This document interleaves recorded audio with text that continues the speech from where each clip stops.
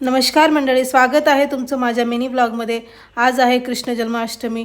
तुम्हा सगळ्यांना कृष्ण जन्माष्टमीच्या हार्दिक शुभेच्छा। इथे मी पूजाची तयारी करत आहे। मध्यरात्री 12 वाजता कृष्ण जन्म झालेला होता, म्हणून आपण पण 12 वाजता कृष्णाष्टमी पूजन करतो।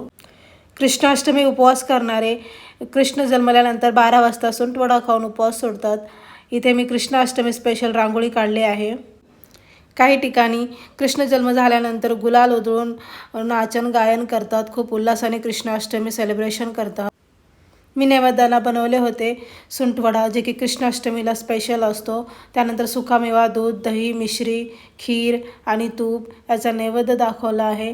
त्यानंतर मी पूजेचे साहित्य पूर्ण घेतलेले आहे। इथे आजच्या दिवशी मेन म्हणजे तुळशीपत्र असतो, कृष्णाचा आवडतं तुळशीपत्र असते।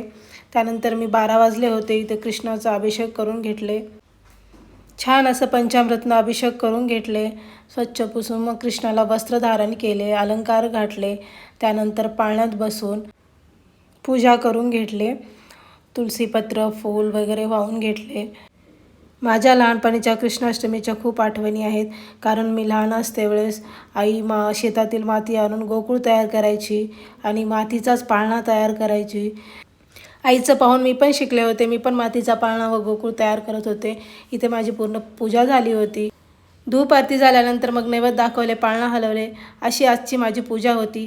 तुम्हाला कशी वाटली? जर आवडल्यास नक्की कमेंट करून सांगा। Bye bye.